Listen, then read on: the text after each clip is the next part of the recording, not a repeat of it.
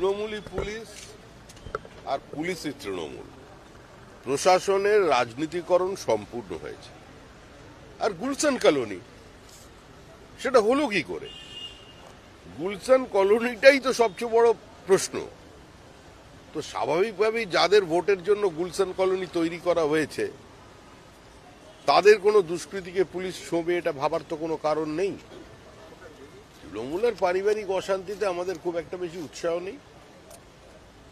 অবৈধভাবে অনুপ্রবেশকারী রোহিঙ্গাদের গুলশান কলোনিতে বসানো হয়েছে, তাদের জলের লাইন দেওয়া হয়েছে, বিদ্যুৎ সংযোগের ব্যবস্থা করা হয়েছে।